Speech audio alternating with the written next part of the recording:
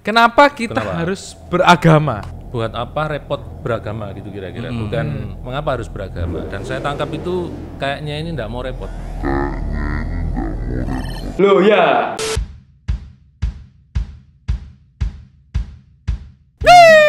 Yo, what's up ya, kembali bersama OMK Surabaya. Salam Bamble dari Bamble Indonesia. Ya, kembali lagi bersama kita di Jaim, Jagongan Iman. Bukan jaga image, tapi jaga iman dan jaga imun.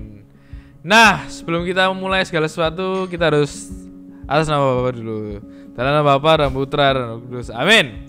Nah, hari ini kita dapat endorse dari salah satu dari siapa iki? Dari Mama Cuimi. Oh. Iya, Mama Cuimi. Iki kudu mama. Iki lho nang grup ditulis. Oh iya. Tolong difotokan buat Mama. Oh, berarti jenenge Mama. Oh, iya. Jadi selalu nikmat dalam suasana apapun. Jadi dari Mama Cuimi home industry ya? Iya, home industry. Kayak iki Enak.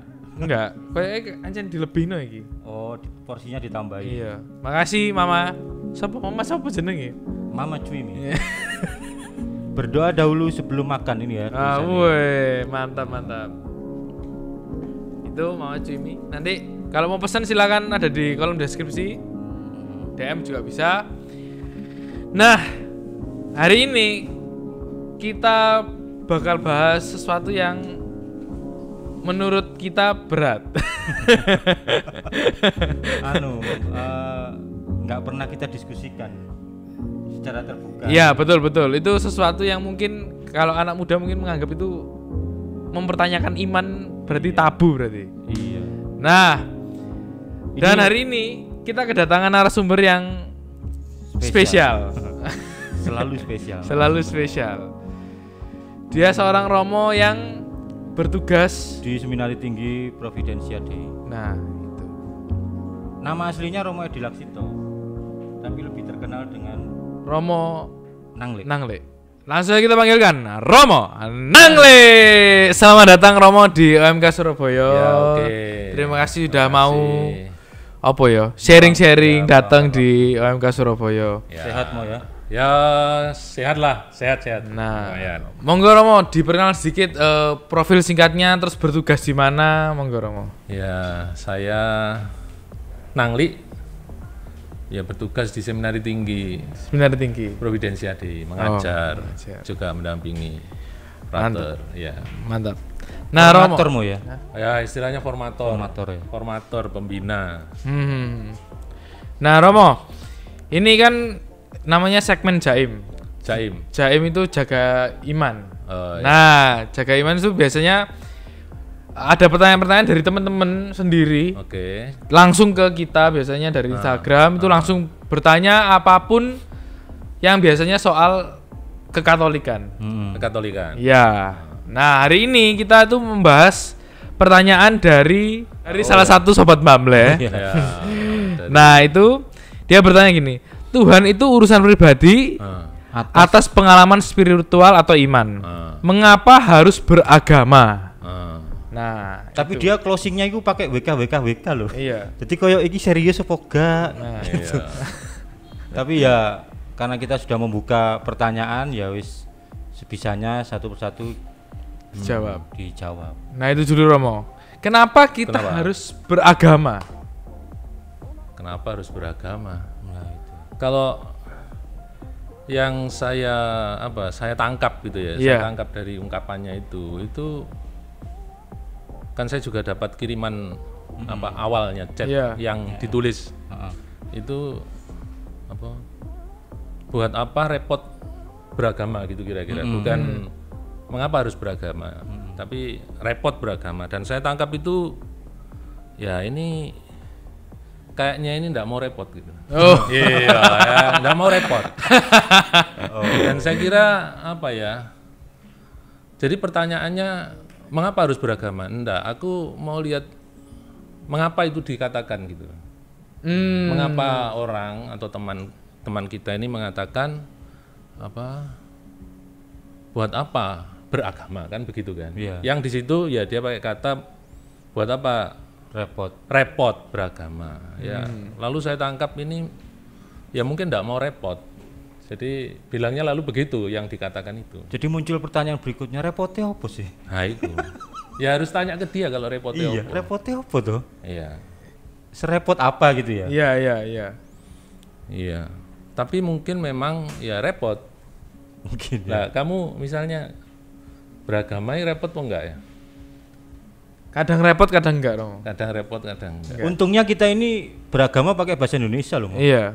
Ya apa itu? Oh, ngono. Iya. Nggak harus belajar bahasa asing loh. Iya. Ya, jadi tapi gini, saya menangkap atau mengira-ngira ya, menangkap dalam arti ya apa? Memperkirakan ya bahwa ungkapan semacam ini itu ya lebih apa istilahnya, lebih berkembang. Ini ya sesudah zaman demokrasi nih, zaman apa istilahnya? Iya. Ketika orang jadi lebih bebas lalu dan seperti tren sebenarnya. Kalau apa istilahnya? Mungkin ditanya, katakan diadakan survei semacam itu, mungkin cukup banyak juga yang bertanya seperti yang itu. berpendapat seperti itu. Iya. Jadi melihat beragama itu repot dan ya bahwa beragama itu repot mungkin iya, tapi nanti dulu dalam arti mengapanya, tetapi bahwa ini tren tren pemikiran atau tren kesadaran atau perasaan begitu sepertinya iya. Kalau jadi agama sekarang di dalam era kebebasan ini menjadi salah satu yang banyak atau lebih banyak dipertanyakan. Kalau sebelumnya itu ya sebelum reformasi lah gampangnya. Jadi sebelum tahun 2000 gitulah ya. Sebelum tahun 2000 itu yang banyak dimasalahkan itu negara. Jadi institusi yang bikin repot orang. Nah, kalau dulu itu negara, artinya negara dengan tata kelola orde baru itu. Nah, lalu sesudah itu kan orang bebas berekspresi, mengemukakan pendapat dan seterusnya, dan apa saja, lalu termasuk orang merasa bebas beragama. Ada waktu itu ya. Saiki juga, sekarang juga begitu. Ekspresi-ekspresi keagamaan itu gak karu-karuan saiki. Nah, itu lalu bikin pusing untuk teman-teman yang berpikir apa istilahnya. Beragama itu harusnya simpel, beragama itu harusnya sederhana, tapi kok jadi gegeran gini, jadi yang satu menunjukkan kehebatannya, yang lain begitulah. Iya. Ini kan rame agama saiki. Saya masih ingat ini, saya dulu ikut sidang agung Gereja Katolik 2005 itu salah satu isu yang diangkat itu adalah menguatnya formalisme agama. Itu. Jadi 15 tahun yang lalu itu Gereja Katolik sudah sadar bahwa ini bahaya formalisme agama. Orang semakin terang-terangan. Jadi identitas agamanya ditampilkan sambil menyerang agama yang lain. Nah, itu. Lek identitasmu ditampilkan tanpa menyerang itu gak apa-apa sih Jan. Iya toh. Tapi fenomena sekarang itu apalagi sampai identitas agama lalu sampai politik. Milih gubernur itu bukan karena track recordnya tapi karena agamanya. Nah, itu kan akhirnya semakin mengental terus sampai ke sini, sampai orang semakin terang-terangan identitas, kamu salah, kamu neraka gitu. Semakin terang-terangan karena sosial media juga. Mungkin itu yang dugaan saya melandasi si penanya ini. Kok jadi angel gini sih beragama itu?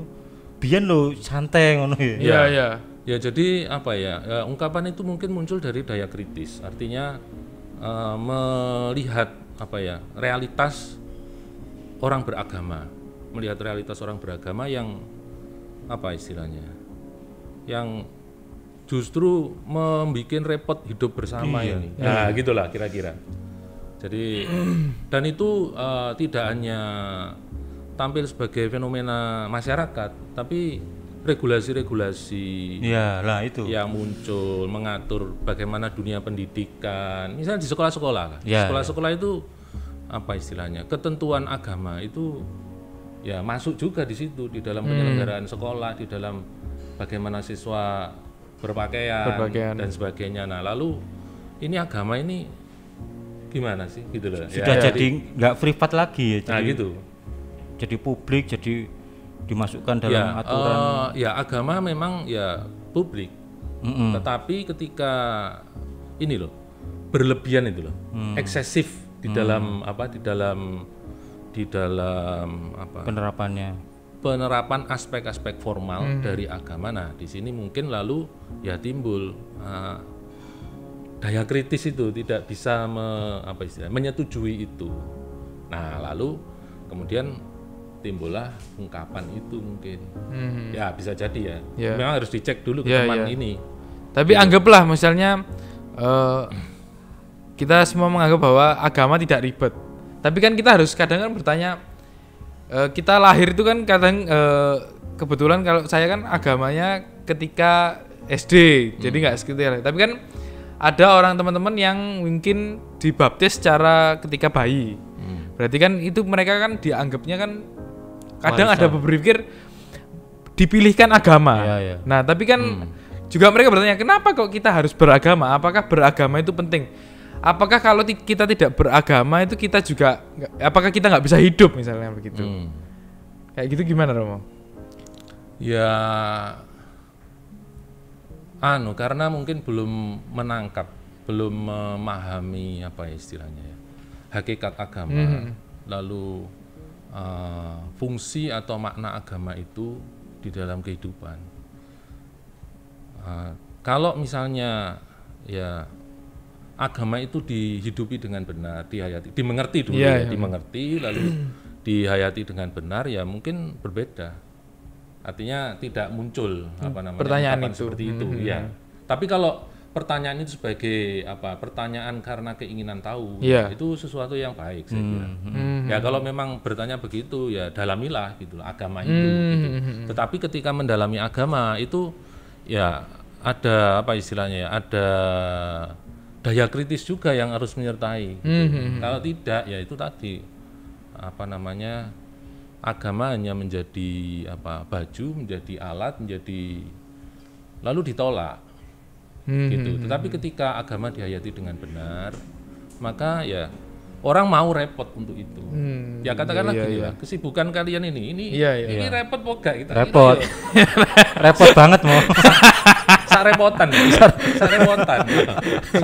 kurang repotan. Di tengah-tengah situasi sekarang ini ya kalau misalnya di tengah situasi sekarang agama itu repot untuk dirinya, ini harus ada istilahnya catatan dulu loh. Agama ini kok malah mikir. Tetapi gini ya, agama lalu juga tokoh-tokohnya gitu ya. Tapi kalau agama, umatnya, tokoh-tokohnya di dalam situasi sekarang ini lalu repot demi untuk kebaikan bersama, saya kira ya itulah salah satu esensi dari agama, untuk repot demi kehidupan. Gitu. Ya kalau untuk itu orang ya menurut saya harus mau repot. Jangan lepas tangan, jangan bilang ya itu kan urusan pribadi, enggak. Tetapi ketika dicampur aduk, agama dicampur aduk dengan negara harus beragama tetapi dikendalikan oleh agama.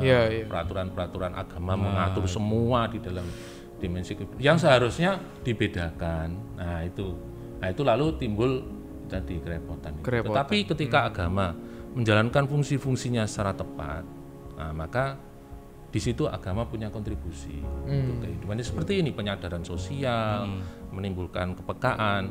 Intinya ginilah, kalau agama itu berkepedulian, istilahnya gitu ya, agama yang berkepedulian. Maksud kita mau tolak?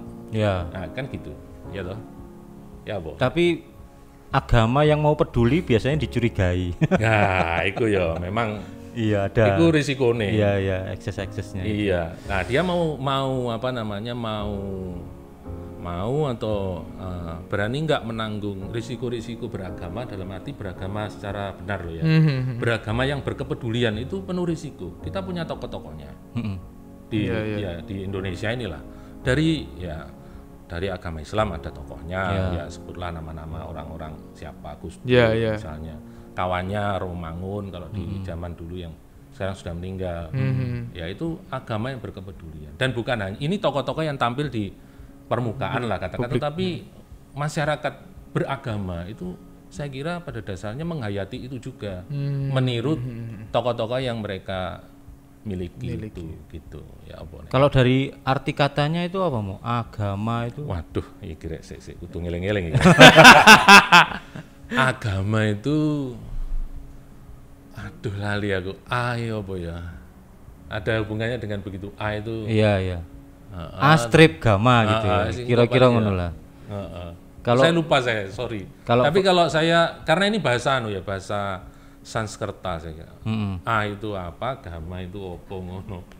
Tapi yang kalau agama itu dari yang kata religi, ya legare itu kembali, legare itu mengikat kembali. Jadi sebenarnya menjalin, mengutuhkan begitu. Sebenarnya maunya begitu. Religi. Religare. Nah, tadi kan beragama loh. Tapi ada yang bertanya lagi juga soal apa bedanya beragama dan beriman. Apakah sama ketika kita sudah beragama, kita sudah dianggap beriman? Ya kalau saya melihatnya beragama dan beriman itu seperti dua sisi mata uang itu. Harusnya, artinya ya realitasnya harusnya satu utuh gitu. Realitasnya. Ya, harusnya begitu. Ya. Jadi yang benar begitu gitu. Tapi ada yang agama itu dihayati tanpa kesadaran iman. Nah, dilakukan tanpa kesadaran iman. Lalu bisa juga iman itu orang punya iman bilangnya begitu, tetapi tanpa ekspresi keagamaan ya saya enggak paham juga itu iman macam apa yang tanpa ekspresi keagamaan gitu. Tapi agama itu lebih merupakan ekspresinya, iman itu apa yang dalam batinnya. Tetapi yang batin ini harus ada di dalam ekspresi, di dalam ungkapan, dalam ritual beragama itu, gitu.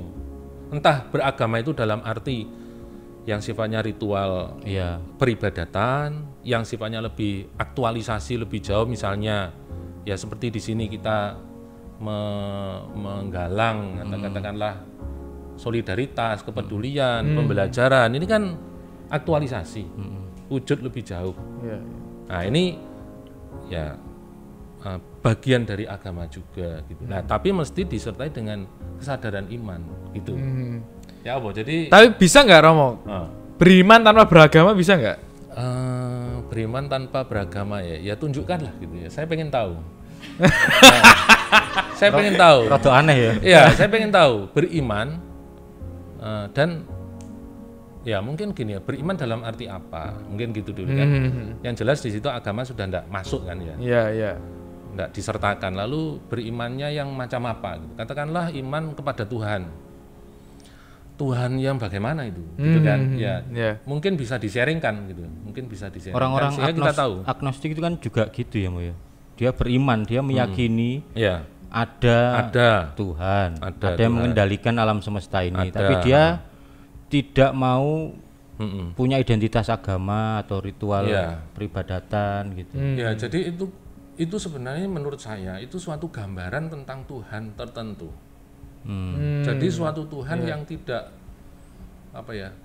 tidak bisa bikin koneksi dengan kita. Iya, di sana Tuhan di sana yang tidak mungkin ada link yang menghubungkan dia dengan kita. Itu bedanya. Kita hanya mengatakan bahwa ada di sana. Ada di sana, entah di sana itu juga di mana juga. Pokoknya ono ya. Ya buktinya mungkin punya bukti-bukti bahwa Tuhan itu ada. Tetapi bahwa tidak bisa terjalin atau terbentuk koneksi antara Tuhan dengan kita itulah. Tapi kan makanya yang macam apa itu gitu. Kalau kita ini koneksinya deket banget tuh, manggilnya aja Bapak tuh. Nah itu deket banget gitu. Ada yang jauh banget. Jadi iman gimana ya? Iman itu pun mungkin perlu di apa istilahnya dispesifikkan, perjelas secara lebih spesifik iman macam apa, tentang Tuhan seperti apa, Nah, gitu. Ya kalau kita ini iman, kalau ditanya mengenai iman Kristiani, ya iman Kristiani punya gambaran tentang iman, punya gambaran tentang Tuhan, punya pemahaman itu. Nah, gitu. Sehingga, nah di dalam iman Kristiani, kalau kembali ke pertanyaanmu tadi itu, apakah bisa beriman tanpa beragama? Ya, iman Kristiani itu justru menghendaki ekspresi-ekspresi keagamaan. Nah, gitu yang nyata. Yang kita bilang itu 5 panca tugas gereja. Ya, jadi di dalam peribadatan, dalam mewartakan, di dalam hidup bersama, persekutuan, di dalam kesaksian iman, di dalam pelayanan sosial, dalam berkepedulian. Lah itu justru iman itu menghendaki ekspresi keagamaan yang nyata. Nah itu. Sehingga kalau dijawab dalam kerangka iman Kristiani, tidak bisa. Gitu, tidak bisa. Kalau ditanya apakah bisa beriman tanpa beragama, tidak bisa. Ah, ya Allah. Gitu. Panca tugas gereja itu dimensi publiknya gitu ya, Mbak? Ya sebagai gereja. Gereja itu artinya bukan individu, tapi persekutuan, dimensi persekutuannya. Dan itu kita tidak bisa lepas dari itu. Karena apa? Ya karena ya ini pemahaman kita tentang Tuhan itu sendiri, bahwa Tuhan itu adalah Tuhan yang justru membangun koneksi dengan kita. Gitu. Tuhan yang mewahyukan diri, menyatakan diri, yang pada akhirnya datang di dalam kehidupan kita. Bukan Tuhan yang pasif gitu ya? Bukan Tuhan yang tidak bisa dijangkau, yang ya pasif atau mungkin aktif tapi nggak mampu, enggak. Tapi Tuhan yang bisa datang di dalam kehidupan. Dan dia memang menghendaki begitu. Justru gini, Tuhan yang mau repot kalau dihubungkan dengan mau repot mau repot datang di dalam kehidupan kita. Ingin mengubah kita dari mikir diri sendiri atau berpikir hanya urusan-urusan pribadi untuk ayo bersama dengan Tuhan, mau repot bersama. Ini. Nah, gitu. Pasti berarti beriman pasti beragama. Dalam iman Kristiani kita. Dalam iman Kristiani. Iya. Ya, yang teman yang tadi menyatakan atau orang lah, saya tidak bilang, mungkin karena itu pendapat ya. Kalau misalnya seseorang itu beriman dan tanpa agama, ya saya pengen tahu. Kayak apa itu. Iya, kayak apa? Ya, kayak apa? Belum, kayak apa? Sementara yang banyak itu justru yang saya tahu beragama tanpa beriman. Nah, itu yang mungkin membuat banyak dari kita orang muda, tetapi juga gini, bukan hanya orang muda, aktivis-aktivis usia kamu, usiaku, saya aktivis. Iku ya tidak sedikit yang berpikir bahwa karena melihat realitas praktek orang beragama tanpa disertai iman yang lurus kepada Tuhan, iman yang memang menghendaki agar kita berkepedulian, berbelas kasih itu, tapi iman yang justru koyo malah menyuruh orang untuk bertempur, berperang tanpa belas kasih lagi. Nah, kemudian membuat seperti apati terhadap atau antipati terhadap agama. Sehingga dari situ lalu muncul ungkapan itu. Buat apa? Agama itu kan itu urusan pribadi. Saya katakan agama menurut saya bukan urusan Tuhan urusan pribadi. Enggak, Tuhan itu Tuhan sendiri datang kepada semua orang. Mau repot. Artinya menyatakan diri kepada semua. Mau repot, bukan untuk dirinya. Nah, kalau Tuhan mau agar dan ya di dalam iman kita kan Tuhan datang mengundang orang untuk kemudian datang kepada sesamanya. Ini kan bukan urusan pribadi. Sekedar pribadi gitu. Tuhan yang kita menjadikan Tuhan urusan pribadi, sementara Tuhan sendiri tidak begitu gitu loh. Tidak untuk pribadi. Untuk dirinya sendiri. Tuhan itu untuk kita dalam arti memberi diri lah. Jadi kalau kita memang memahami Tuhan seperti itu, maka perlu repot itu. Tapi itu tadi persoalannya itu menurut saya. Ketika agama ditampilkan tanpa iman seperti kamu katakan, nah itu tanpa iman dalam arti tanpa dunia rohani, spiritual, tanpa kerohanian. Saya itu gini, meyakini bahwa memuliakan Tuhan itu adalah dengan memuliakan manusia juga. Nah itu yang mencintai Tuhan itu mencintai manusia. Nah kalau kita sudah tidak bisa memuliakan manusia, omong kosong kalau kita ngomong saya ini demi Tuhan, itu omong kosong. Itu Santo Irenaeus mengatakan itu. Nah, kok iso ngomong itu pemikiranku juga sama kayak Santo Irenaeus. Iya, Santo Irenaeus. Ini gara-gara Mama Cuimin. Aku ya heran aku. Ya tapi betul memang gitu. Itulah paling tidak yang hidup di dalam iman kita. Jadi aku Tuhan datang kepadaku dan aku mensyukuri itu, aku memuliakan Dia di dalam hidupku. Nah, bagaimana aku memuliakan Dia di dalam hidupku? Dengan memuliakan kemanusiaan, dengan menghargai hidup. Nah, begitu. Lalu ini menjadi tidak hanya sekedar urusan pribadi, mesti aku harus cawe-cawe gitu. Sementara ada orang yang membunuh manusia atas nama Tuhan. Nah, ini karena Tuhan yang nyuruh saya ngebom misalnya gitu. Ini kan benar-benar berarti bahkan kesadarannya pun ya wis fatal, itu kesalahan fatal. Meyakini sesuatu sih wis jelas-jelas salah, dari logika biasa salah. Kalau dari iman Kristiani juga salah. Kamu mencintai Tuhan ngebom. Yang tadi itu ya mengenai katakanlah penolakan terhadap agama. Itu memang ada dasar-dasar, dalam arti dasar-dasar yang membuat kita bisa memahami mengapa agama ditolak. Dalam arti orang menjadi kritis gitu ya. Ditolak dalam arti kritis terhadap agama. Tetapi bisa jadi ungkapan itu juga merupakan generalisasi. Jadi ketika melihat satu agama begitu, lalu semua agama diartikan sama seperti itu dan ditolak semuanya, dan semua hal yang terkait dengan agama lalu ditolak. Nah, itu yang mungkin tidak segitunya lah gitu ya. Gak ngono-ngono lah. Ya ngono tapi gak ngono. Nah, itu apa itu? Ya ngono. Ya ngono. Tapi nggak sampai sebegitu gitu. Kalau disuruh milih penting beriman atau penting beragama mau? Atau memang itu nggak bisa dipilih? Ya bisa dipilih. Oh, bisa dipilih. Oh, iya. Juga termasuk tidak dua-duanya. Dalam arti gini. Dalam arti gini loh. Tuhan menciptakan kita itu dengan kebebasan. Gitu.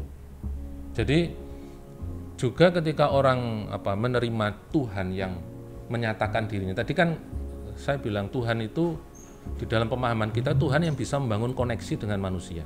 Nah, Tuhan yang bahkan berusaha untuk masuk di dalam kehidupan kita untuk tolong bukaan nih pintu nih, katakan buatlah otorisasi gitu ya supaya saya bisa masuk ke dalam hidupmu gitu ya. Nah, kalau kita kasih otorisasi kepada Tuhan masuk ke dalam hidup kita, nah disitulah kita terima Dia dan bagaimana kita kemudian itu dari perjumpaan kita dengan Tuhan mungkin dihasilkan sesuatu yang baru. Tapi kalau kita menolak untuk memberi otorisasi Tuhan untuk masuk dalam diri kita, ya itu bisa juga karena Tuhan memberi kita kebebasan. Itu saya bilang. Maka apakah tidak beriman bisa, tidak beragama bisa? Dua-duanya juga bisa. Gitu. Karena kita memiliki kebebasan. Tetapi ya apa istilahnya? Ini ajaan lah untuk mari kita buka mata, buka hati gitulah. Buka mata. Tapi kalau ketika itu dilakukan, maka saya kira ya dua-duanya. Dua-duanya akan diambil. Beriman dengan baik, beragama dengan benar. Nggak asal beragama juga, belajar. Makanya ngono, ya Bu. Iya, orang modern tuh dikritik agamanya duit, imannya sosmed.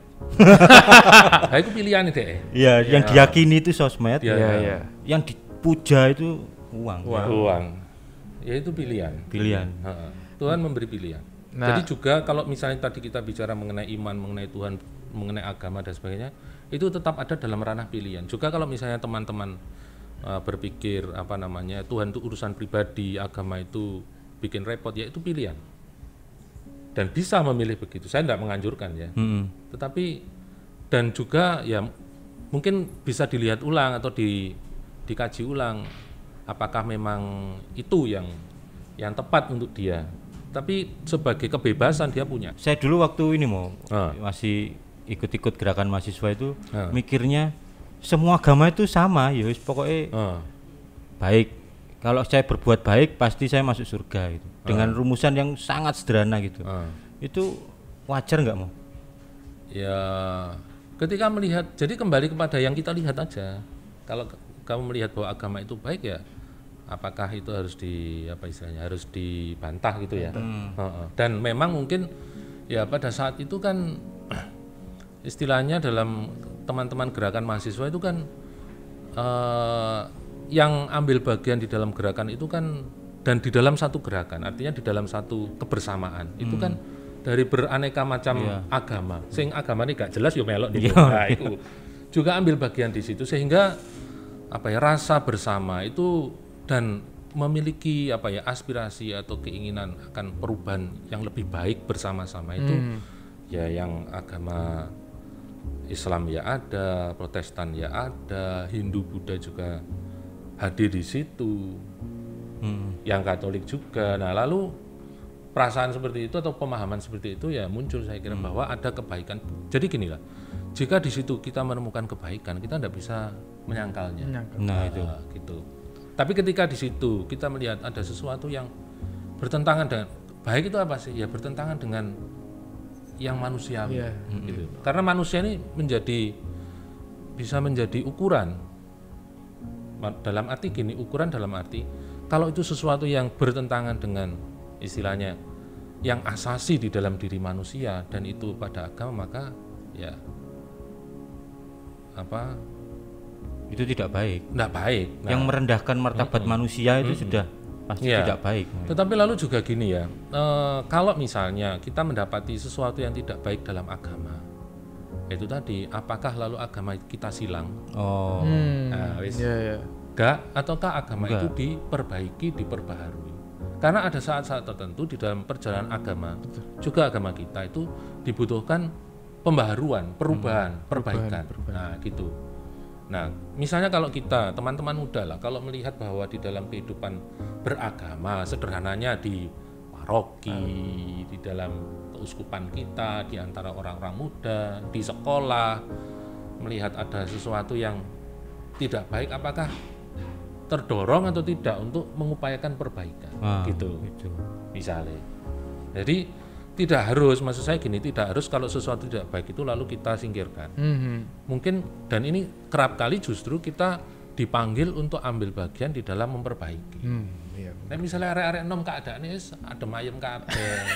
Ya apa, ayo diangeti lah, dipanas-panasi. Ayo bakar-bakar yuk. Bakar-bakar. Gitu supaya agama itu menjadi sesuatu yang hidup. Ya. Gitu.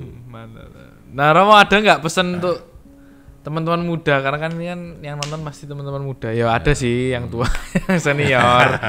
Saya maksudnya pesan untuk teman-teman muda supaya beragama yang baik, beriman yang beragama yang gini loh, yang fenomena baik, di fenomena di OMK itu nggak antusias gitu loh. Yes, biasa pokoknya aku minggu nang gereja. Undangan OMK ya aku teko, lah iso teko ya teko. Gak ono antusiasme untuk aku tak sinau rek. Sementara agama kita itu dipelajari oleh agama lain. Itu. Iya toh. Agama Katolik itu dipelajari. Konon katanya retret itu konsep dari Katolik dipelajari di agama lain, dipakai di agama lain. Analisa sosial itu metode yang di gereja Katolik dipakai. Nah, kita sendiri loh OMK gak ono semangat-semangatnya aku tak pingin belajar apa. Nah, itu gimana mu? Menumbuhkan antusiasme. Ya mungkin ya itu indikator ya, bahwa petunjuk bahwa ya imannya sih adem. Perlu bakar-bakar itu. Iman itu gini ya, iman itu kalau di dalam tradisi Katolik itu, iman itu harus hidup. Dan yang menghidupkan iman itu adalah kasih. Ketika kamu mempunyai kasih, maka imanmu akan menjadi suatu iman yang hidup, yang menyala-nyala. Nah, gitu ya. Jadi katakanlah kasih itu ya apa ya sederhananya lah. Enok sing ngajak ayo ya budal. Nah, itu kasih. Nah, itu membuat imanmu lalu hidup. Kalau Santo Yakobus kan mengatakan, ya tunjukkanlah imanmu tanpa perbuatan, dan aku akan menunjukkan imanku dengan perbuatan. Nah, itu mau bilang apa? Ya banyak hal, tetapi kita bisa menangkap dari situ bahwa perbuatan itu menjadi indikator dari iman.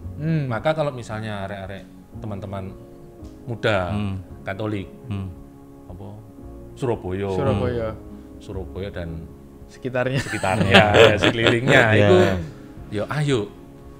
Dan saya kira sebenarnya teman-teman punya hati, tapi bagaimana hati yang penuh kasih itu menghidupkan iman, dijadikan sebagai apa istilahnya?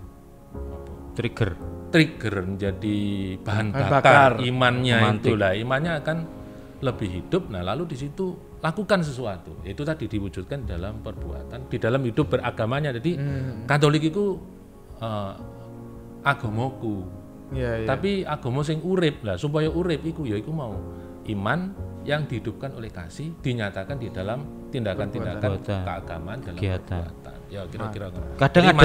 Kadang ada yang menyala-nyala tapi gak ono sing ngejak. Budal gak ono sing ngejak, budal ngajak. Ngajak. Golek sing gelem diajak. Iya. Kamu lakukan lah, kalian lakukan, kita lakukan. Ini kan begitu. Ngajak. Ayo. Kadang-kadang memang kudu diajak. Ngomong nang Romo, dimentahi pindah Romo. Ayo. Romo sing iki gak iso sing iki. Kalau di sini pasti diterima. Nah itu. Jadi nek dhewean budal. Ajak teman, cari. Mungkin butuh waktu untuk sampai ketemu yang cocok. Untuk yang cocok dalam arti melihat ini sebagai sesuatu yang baik lalu dilakukan. Tapi ditekuni, disetiai gitu. Mantap. Nah, kira-kira gitu ya, Wong. Saya membayangkan dulu para rasul itu apa ya gak don gitu mau ya maksudnya. Ya ada. Ini hari ini kita memperingati Santo Yakobus. Oh ya. Iya. Tak kandhani kon. Oh iya hari ini ya. Iya, Santo Yakobus itu dia satu dari 3 murid Yesus yang beberapa kali saat-saat tertentu menemani Yesus. Oh, yang tidur di umpamane iku ya diajak nemani Yesus tapi ya turu. Lah iki lho. Ada saat-saat begitu. Iya. Jadi Petrus, Yakobus, Yohanes. Jadi Yakobus ini salah satunya itu. Ya ada, tetapi di sisi lain dia kalau di Injil hari ini kan ingin dengan permintaan ibunya itu duduk di sebelah, kalau Yesus nanti di dalam kerajaannya duduk di sebelah kanan, yang satu yang lain duduk di sebelah kiri. Dan ini orang yang bersemangat, bertekad besar orang. Tapi ngantuan. Iya, itu. Semangat kayak aku. Ya, tetapi itu tadi. Jadi adalah up and down-nya, ada perjuangan. Tapi justru itu apa namanya? Dia tidak pernah sendiri gitu ya. Mungkin itu yang membuat dia semangat sendiri dia. Kalau di dalam bacaannya hari ini itu kan Santo Paulus mengatakan ya ini bacaan hari peringatan Santo Yakobus ini, kami atau harta ini maksudnya tugas mereka, pelayanan mereka sebagai rasul itu kami terima atau ada di dalam bejana tanah liat. Maksudnya dia memandang bahwa pelayanan itu jadi repot kuwi, ya. Jadi kan gak mau repot. Semua kerepotan itu dipandang sebagai harta. Nah, harta ini tetapi kami miliki ada di dalam bejana tanah liat. Maksudnya tanah liat itu bejana tanah liat yo gampang pecah. Kok kudu ditempel maneh. Rapuh. Atau harus dibentuk lagi. Ya itu tadi jatuh bangun lagi. Kayaknya gitu. menggambarkan kita yang di sini juga. Nah, tak kira aku ya ngono ya. Semua kerepotan ini ya di tanah liat. Ya. Mari gitu. Justru di tengah-tengah sekarang misalnya saat masyarakat kita sedang ya dalam berbeban gitu, dalam ekonomi, dalam kesehatan, dunia pendidikan anak-anak. Itu ya apa? Cari jalan. Agar anak tetap belajar, misalnya tetap ada sesuatu yang menyemangati mereka. Nah, misalnya. Oke. Gitu. Mantap, cukup panjang perbincangan. Mantap sekali. Mantap. Mungkin Romo nanti lain kali kesini lagi Romo. Ya iki malah repot banget. Tapi ya apa Mel? Ayo gue ditambah. Tanah liat mau. Tanah liat itu. Mantap. Jatuh ya wis lah ngono. Mantap. Oke, itu aja teman-teman. Terima kasih juga Romo Nanglik sudah mau datang ke OMK Surabaya, sharing ke OMK.